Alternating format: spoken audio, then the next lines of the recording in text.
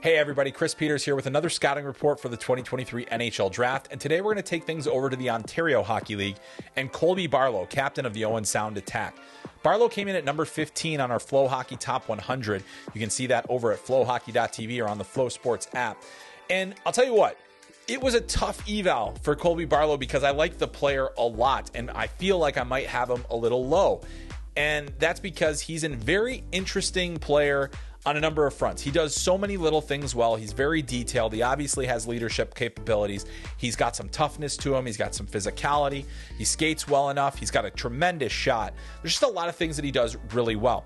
Well, this season in the OHL, he was a good goal scorer, was able to put the puck in the net an awful lot. And that comes from that really good shot of his. He's got a number of release points. He likes to curl and drag.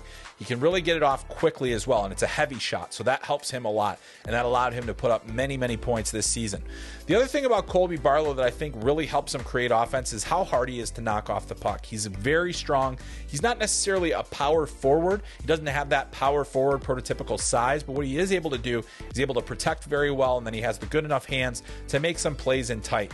And so his ability to play in traffic is probably another thing that's really important to his projection. He plays in the hard areas, he thrives in the hard areas of the game, and then he's got the soft touch skills to be able to make that matter when he's around the net, and that's very good as well.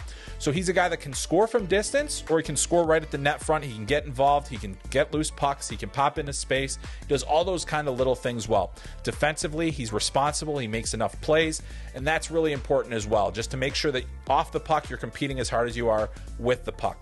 Now, there can be some times where you might lose Barlow in a game. He doesn't necessarily have the kind of skill that's going to get you out of your seat or beat a ton of defenders one-on-one, but he's very sure-handed with the puck, and I think that's another thing in puck skills. We don't see the the dangles here and there where the players often do, but he's able to receive passes very well, to catch and shoot very well, to make a good read and make a good pass, a nice solid pass. Those are the types of things that can matter as well, just having some efficiency with the puck on your stick, and I think that's another thing Barlow does very well. What he also is able to do is he can kind of problem solve a little bit. And I mean, when he is in tight areas, what's the best outlet?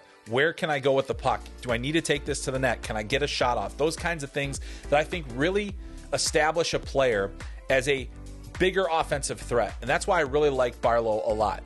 If there's an area of concern, I would say that, Barlow doesn't necessarily have the highest ceiling of the players here. He's pretty physically developed. He's also a guy that, he's got that sturdy frame. He's able to out-muscle players, but he's really focused on things, like his hockey sense, like his hand skills that allow him to be a more effective player.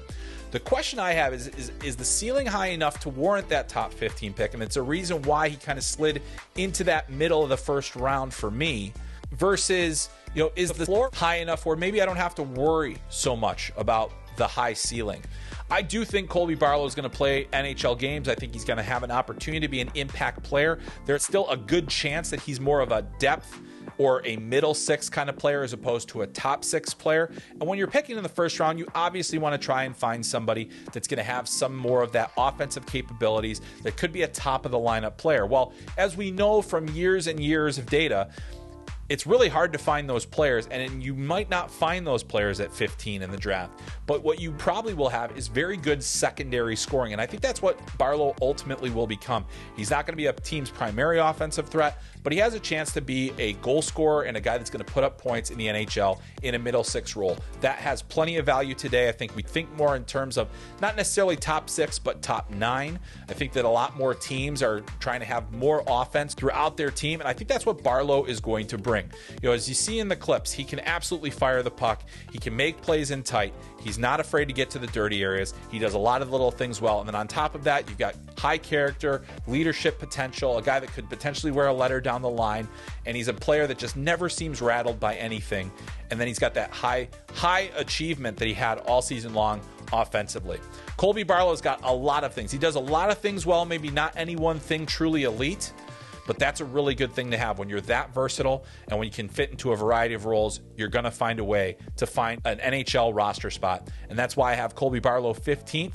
Stay tuned for many more scouting reports on FloHockey. Make sure you're subscribed to the FloHockey YouTube channel as well for lots more 2023 NHL Draft content.